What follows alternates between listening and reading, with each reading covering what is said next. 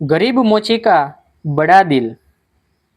शहर के सबसे व्यस्त चौराहे पर एक पुराने बरगद के पेड़ के नीचे रामदास नाम का एक गरीब मोची बैठता था। उसकी छोटी सी दुकान थी। एक लकड़ी का बक्सा, कुछ औजार और एक पुरानी चटाई, यही उसकी दुनिया थी। रामदास सुबह सूरज निकलने से पहले दुकान खोल देता और रात होने तक लोगों के जूते सिलता रहता। दिन भर की मेहनत के बाद मुश्किल से इतना कमा पाता कि घर का चूल्हा जल सके। घर में उसकी बूढ़ी माँ, पत्नी और 8 साल की बेटी गुड़िया थी। गरीबी थी, लेकिन रामदास के चेहरे पर हमेशा मुस्कान रहती थी। वह अक्सर कहता, गरीब होना बुरा नहीं, किसी का दिल दुखाना बुरा है। एक ठंडी सुबह एक बूढ़ा आदमी नंगे पैर कांपता हुआ वहां से गुजरा। उसके जूते पूरी तरह फट चुके थे। रामदास ने उसे रोका और कहा, बाबा जरा बैठिए। बूढ़े ने कहा, बेटा मेरे पास पैसे नहीं है। रामदास मुस्कुराया, मैंने पैसे नहीं मांगे। पैर आगे बढ़ाए। उसने अपने पास रखी एक पुरानी लेकिन अच्छी चप्पल निकालकर बूढ़े को पहनाई और बिना 1 रुपया लिए विदा कर दिया। पास की दुकान वाला हंसते हुए बोला, रामदास खुद के घर में खाने के पैसे नहीं है और तू मुफ्त में चप्पल बांट रहा है। रामदास शांत स्वर में बोला, अगर मेरे कारण किसी के पैरों का दर्द कम हो जाए तो यही मेरी सबसे बड़ी कमाई है। उसी दिन दोपहर में एक स्कूल की बच्ची रोती हुई उसके पास आई। उसके जूते की सिलाई खुल गई थी।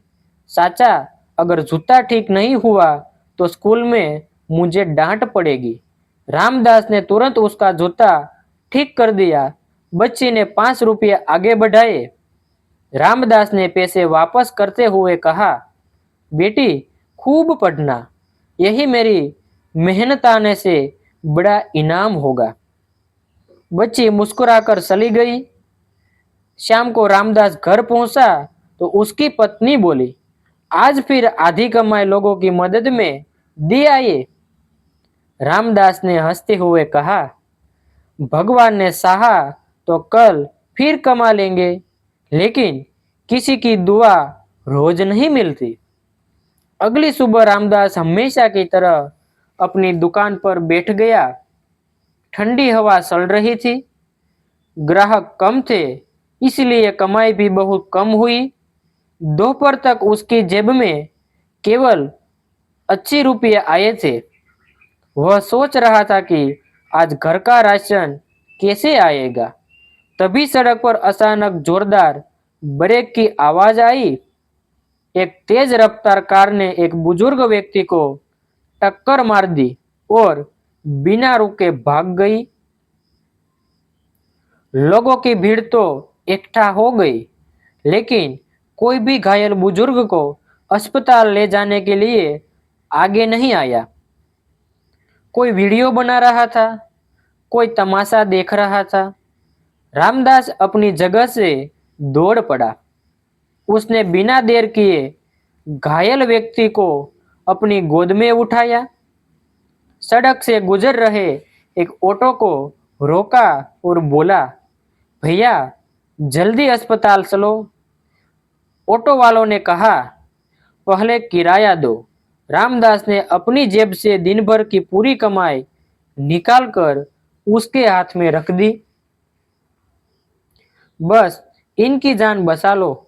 अस्पताल पहुंचने के बाद डॉक्टरों ने तुरंत इलाज शुरू किया। कुछ देर बाद डॉक्टर बाहर आए और बोले, अगर 10 मिनट और देर हो जाती तो इन्हें बचाना मुश्किल था। रामदास ने राहत की सांस ली। उसी समय अस्पताल में कई महंगी गाड़ियां आकर रुकी। उनमें से कुछ लोग भागते हुए अंदर आए। घायल व्यक्ति शहर के प्रसिद्ध उद्योगपति धर्मपाल अग्रवाल के थे। उनके बेटे ने रामदास के पैरों में झुकते हुए कहा, भैया, आपने मेरे पिताजी की जान बचा ली। हम आपका यह एहसान कभी नहीं भूलेंगे। रामदास मुस्कुराया, मैंने कोई एहसान नहीं किया। अगर मेरे पिता सड़क पर घायल पड़े होते तो मैं भी यही चाहता कि कोई उनकी मदद करे। यह सुनकर वहां मौजूद हर व्यक्ति की आंखें में नम हो गई। धर्मपाल जी के परिवार ने उसे 5 लाख रुपए देने चाहे, लेकिन रामदास ने हाथ जोड़कर मना कर दिया। साहब, इंसानियत की कोई कीमत नहीं होती। यह बात वहां मौजूद एक पत्रकार ने सुन ली। अगले दिन अखबार की पहली खबर, गरीब मौसी ने करोड़पति की जान बचाई, लेकिन इनाम लेने से किया इनकार। पूरे शहर में रामदास की चर्चा होने लगी। लोग उसकी दुकान पर सिर्फ जूते ठीक कराने के नहीं, बल्कि उस ईमानदार इंसान से मिलने आने लगे। लेकिन रामदास आज भी पहले जैसा ही था। वह गरीब बच्चों से पैसे नहीं लेता था, बुजुर्गों के जूते मुफ्त में ठीक कर देता और हर दिन किसी न किसी मदद करता रहता। एक दिन धर्मपाल जी खुद उसकी दुकान पर आए। उन्होंने देखा कि बरगद के नीचे बैठा वही मौसी आज भी फटे कपड़ों में मुस्कुरा रहा है। धर्मपाल जी के आंखें भर आई। उन्होंने कहा, रामदास, तुम्हारी गरीबी तुम्हारी मजबूरी हो सकती है, लेकिन तुम्हारा दिल इस शहर का सबसे अमीर दिल है। धर्मपाल जी कुछ देर तक चुपचाप रामदास की छोटी सी दुकान को देखते रहे।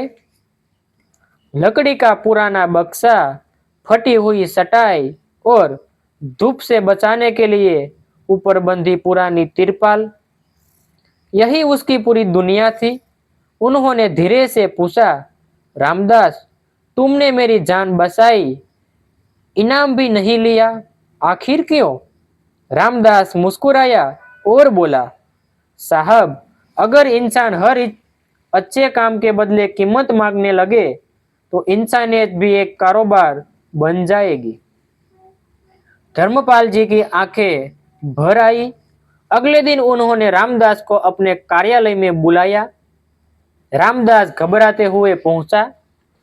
उसे लगा शायद कोई औपचारिकता होगी। धर्मपाल जी ने कहा, मैं तुम्हें पैसे नहीं दूंगा क्योंकि तुमने मना कर दिया था, लेकिन मैं तुम्हारी मेहनत का सम्मान जरूर करूंगा। उन्होंने शहर के मुख्य बाजार में एक छोटी सी आधुनिक जूते की दुकान रामदास के नाम कर दी। रामदास की आंखों से आंसू निकल पड़े।